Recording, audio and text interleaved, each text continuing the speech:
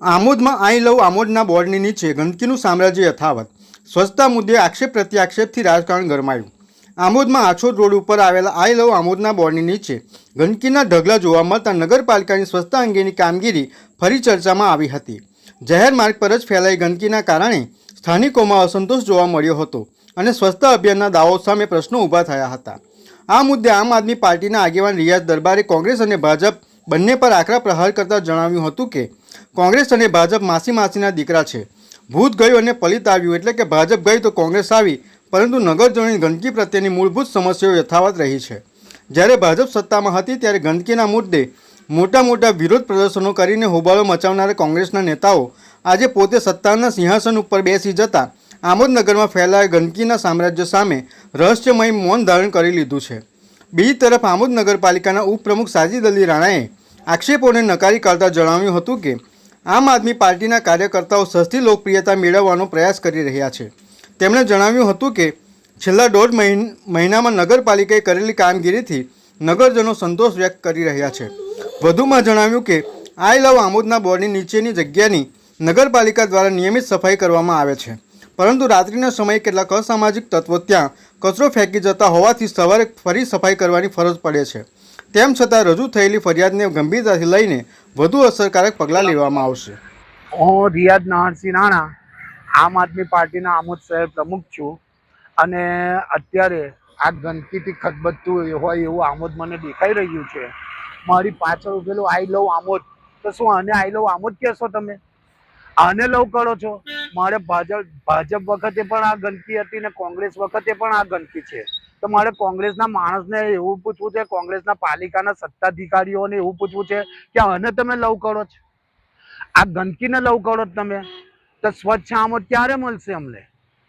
આમોદ સ્વચ્છ ભાજપના રાજમાં તો નથી જ મળ્યું, પણ કોંગ્રેસના રાજમાં પણ સ્વચ્છ આમોદ મળશે ખરું? આમોદની જનતા પૂછે છે.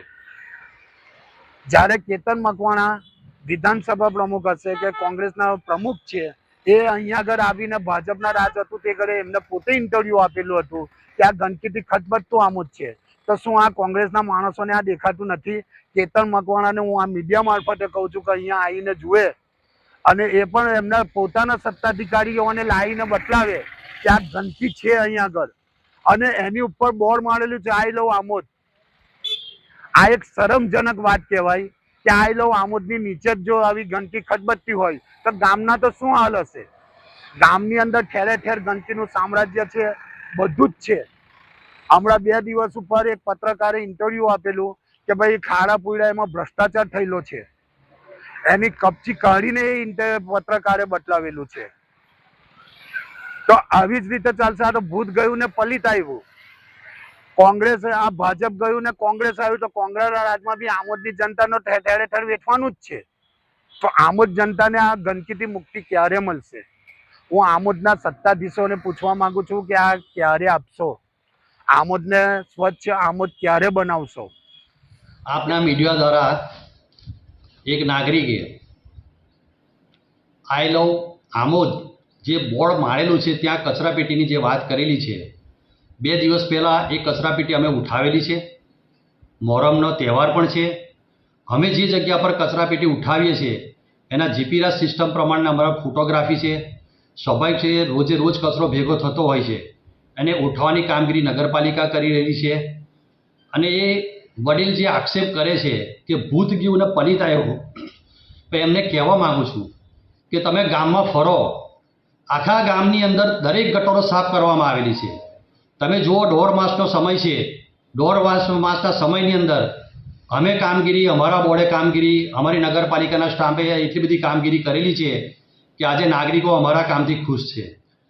એમની વાત પર ધ્યાન આપીશું ને આપવાના છે, પરંતુ ખોટી રીતે કોઈ આક્ષેપ કરે એ વ્યાજબી નથી. નાગરિક તરીકે તમારો અધિકાર છે. તમે મીડિયા સમક્ષ આવીને તમે ઇન્ટરવ્યૂ આપો છો, તો નગરપાલિકામાં આવીને કોઈ આ બાબતની અંદર તમે કોઈ રજૂઆત કરેલી છે ખરી? તમે રજૂઆત ના કરો ને મીડિયામાં સ્ટેટમેન્ટ આપો તો એ સસ્તી લોકપ્રિયતા ના મેળવવાની હોય.